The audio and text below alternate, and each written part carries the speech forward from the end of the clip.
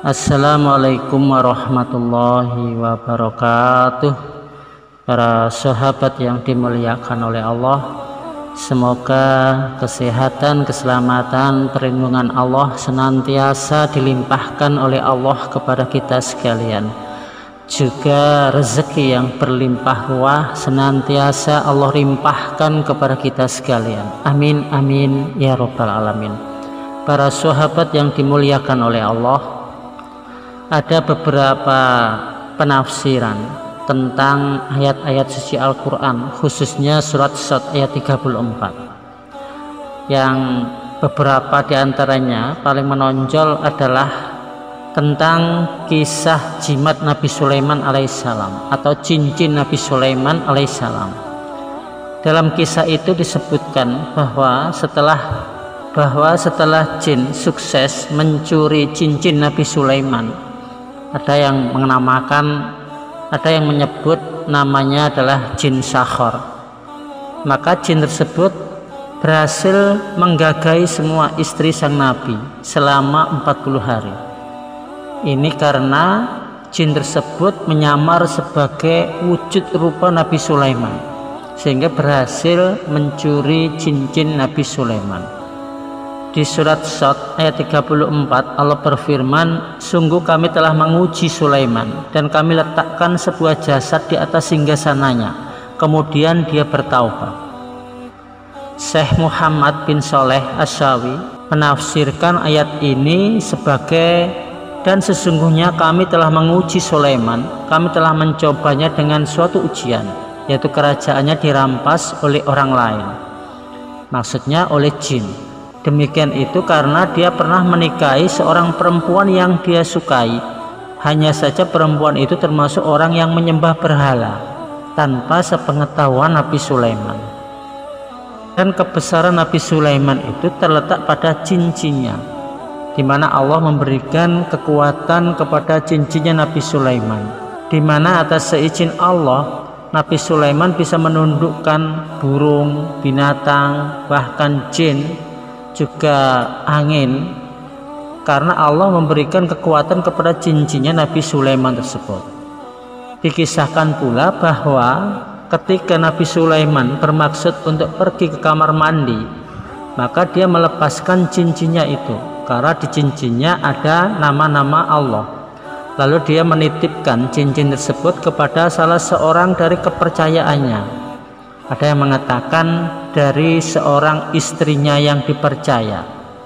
Beberapa mengatakan namanya adalah Aminah, tapi beberapa mengatakan namanya adalah Jaradah, istri Nabi Sulaiman yang paling cantik dan paling dicintai oleh Nabi Sulaiman. Wallahu a'lam. Maka setelah Nabi Sulaiman pergi masuk ke kamar mandi, datanglah makhluk jin yang menyerupai wujud Nabi Sulaiman. Kemudian jin yang bernama Sakhar itu mengambil cincin itu dari Aminah atau Jaradah dan langsung memakainya. Karena jin tersebut menyerupai Nabi Sulaiman wujudnya, maka Aminah atau Jaradah tidak curiga sedikit pun, maka dia pun menyerahkan cincin tersebut kepada jin yang menyamar sebagai Nabi Sulaiman tersebut. Dan pengertian dari kami dudukkan pada singgasananya sesosok jasad, yaitu jin tersebut yang bernama Sakhar atau jin lainnya. Kemudian jin itu menduduki singgasana Nabi Sulaiman. Maka ketika itu juga setelah memakai cincin Nabi Sulaiman, jin tersebut dikelilingi oleh burung-burung dan lain-lainnya. Semuanya tunduk kepada jin Sakhar yang menyerupai Nabi Sulaiman tersebut. Lantas setelah berwudu di kamar mandi, maka Nabi Sulaiman yang asli pun keluar dari kamar mandi. Dia pun meminta cincinnya kepada Aminah atau Jaradah tadi. Aminah atau Jaradah, istrinya yang paling dicinta itu terkaget-kaget melihat ada orang lain yang kemudian menyerupai dengan Nabi Sulaiman. Dia tidak tahu bahwa itu adalah Nabi Sulaiman yang asli. Maka dia mengatakan bahwa cincinnya tadi sudah diminta oleh Nabi Sulaiman, Bahkan dia menganggap bahwa Nabi Sulaiman yang asli ini adalah Nabi Sulaiman yang palsu, yang mengada-ngada, orang yang mengaku-ngaku Nabi Sulaiman. Maka akhirnya Nabi Sulaiman yang asli pun harus keluar dari istananya. Ada perbedaan pendapat tentang nama jin yang merebut cincin Nabi Sulaiman. At-Tabari mengatakan bahwa nama setan tersebut adalah Sakhr. Demikian pula dengan Ibnu Abbas dan Qatadah.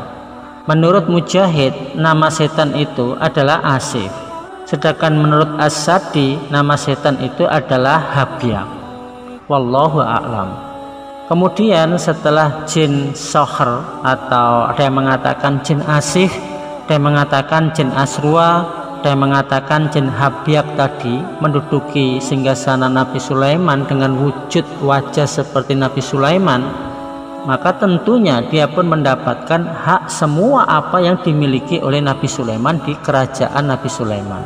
Hal ini karena dia memakai cincin kebesaran Nabi Sulaiman, yang mana Allah memang memberikan kekuatan kepada cincin Nabi Sulaiman tersebut. Nah, saat si setan atau si jin tadi yang menyamar sebagai Nabi Sulaiman berkuasa, maka dia pun berhak untuk menggauli semua istri-istri Nabi Sulaiman. Ada yang mengatakan bahwa istri Nabi Sulaiman adalah 90 orang. Ada juga yang mengatakan 100 orang. Bahkan ada yang mengatakan istri Nabi Sulaiman sampai 1000 orang. Dan semuanya berhasil digagahi oleh si iblis tadi atau si setan tadi. Jin atau setan tadi menggauli semua istri-istri Nabi Sulaiman sampai 40 hari, sampai pada masa haid mereka. Di versi yang lain, asal mula adanya jin Sakhr yang datang ke istana Nabi Sulaiman adalah dikarenakan bahwa Nabi Sulaiman diperintahkan untuk membangun Baitul Maqdis.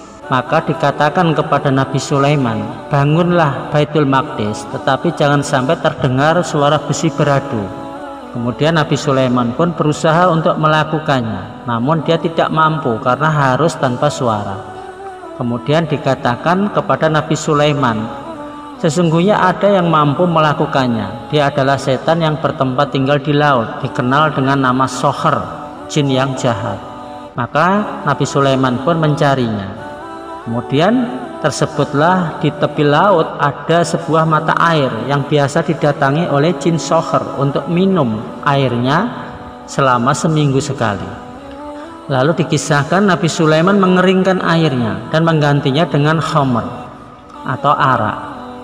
Pada hari ketika jin Sakhr datang kemudian meminum air khamr tersebut, maka jin itu berkata, sesungguhnya airmu ini adalah minuman yang baik, hanya saja engkau akan membuat orang yang penyabar menjadi mabuk dan membuat orang yang bodoh makin bertambah bodoh. Maka begitulah jin Sakhr tadi beberapa kali datang ke tempat mata air tersebut minum khamr. Maka setelah jin Sakhr tadi beberapa kali minum khamr tadi, arak tadi menguasai akalnya. Kemudian setelah jin Sakhr tadi itu terpengaruh akalnya oleh minuman khamr atau minuman arak tadi, maka Nabi Sulaiman kemudian menempelkan cincinnya di antara tulang belikat jin Sakhr tadi, sehingga jin Sakhr lumpuh dan tunduk kepada Nabi Sulaiman. Lalu Sakhr pun dibawa ke istana Nabi Sulaiman. Nabi Sulaiman pun berkata, sesungguhnya kami telah diperintahkan untuk membangun rumah ini atau Baitul Maqdis, dan dikatakan kepada kami bahwa dalam membangunnya tidak boleh ada suara besi. Saat itu jin Sakhr itu mendatangkan intan, di mana kemudian Nabi Sulaiman mengambil intan tersebut dan menjadikannya sebagai alat untuk memotong batu-batuan tanpa mengeluarkan banyak suara. Sehingga singkat cerita, akhirnya Nabi Sulaiman pun berhasil membangun Baitul Maqdis tanpa mengeluarkan banyak suara, berkat adanya intan untuk memotong batu-batuan tersebut. Kemudian saat Nabi Sulaiman itu hendak memasuki kamar kecil untuk berwudu, maka dia menitipkan cincinnya tersebut kepada salah satu istrinya. Ada yang mengatakan namanya adalah Aminah, atau ada yang mengatakan namanya adalah Jarada, salah satu istri yang paling dicintai atau dipercaya oleh Nabi Sulaiman. Dan saat itulah jin Sokher itu membuntuti Nabi Sulaiman, kemudian menyamar sebagai Nabi Sulaiman untuk kemudian meminta cincin dari Aminah atau Jaradah tadi. Dan kemudian Jaradah atau Aminah pun tanpa curiga memberikan cincin tersebut kepada jin Sokher yang menyamar dalam wujud Nabi Sulaiman. Maka semenjak itulah jin Sokher yang menyamar sebagai wujud Nabi Sulaiman dengan kekuatan cincin di jarinya, maka dia bisa menguasai istana Nabi Sulaiman dan otomatis juga menguasai semua istri-istri Nabi Sulaiman, di mana semua istri-istri Nabi Sulaiman yang berjumlah 100 atau bahkan ada yang mengatakan 1000 berhasil digauli oleh jin Sokher tadi yang menyamar sebagai Nabi Sulaiman. Istri-istri Nabi Sulaiman semuanya tanpa curiga dan dengan senang hati digauli satu persatu oleh jin Sokher tadi, karena istri-istri Nabi Sulaiman menganggap bahwa jin Sokher tadi adalah Nabi Sulaiman. Singkat cerita, akhirnya Nabi Sulaiman yang asli yang harus terusir dari istananya sendiri pergi jauh meninggalkan istananya, kemudian berjalan terus sampai menuju ke laut. Di sana dia bekerja sebagai nelayan. Sedangkan di istana Nabi Sulaiman beberapa kegaduhan terjadi karena keputusan-keputusan Raja Sulaiman palsu membuat orang-orang di istana Nabi Sulaiman merasa curiga bahwa Nabi Sulaiman yang menduduki singgasana bukanlah Nabi Sulaiman yang asli. Akhirnya mereka kemudian bermusyawarah, bermufakat, kemudian mengambil kesimpulan bahwa orang yang duduk di atas singgasana Nabi Sulaiman bukanlah Nabi Sulaiman yang asli. Mengetahui hal itu, maka jin Sokher yang menduduki singgasana Nabi Sulaiman menjadi ketakutan, sehingga dia lari dari istana Nabi Sulaiman, kemudian terbang di atas lautan, dan tidak sengaja cincin yang dikenakannya itu terjatuh di dalam lautan. Nah, cincin Nabi Sulaiman yang dijatuhkan oleh jin Sokher tadi di atas lautan akhirnya dimakan oleh seekor ikan, dan ikan tersebut ditangkap oleh Nabi Sulaiman tanpa sengaja, karena Nabi Sulaiman yang asli sekarang menjadi nelayan. Kemudian setelah membelah ikannya, Nabi Sulaiman sangat terkejut karena di dalam perut ikan ada cincinnya. Lantas dia langsung memakai cincinnya dengan gembira, bersyukur kepada Allah, kemudian berangkatlah dia ke istananya. Dan singkat cerita, Nabi Sulaiman pun berhasil menduduki singgasananya.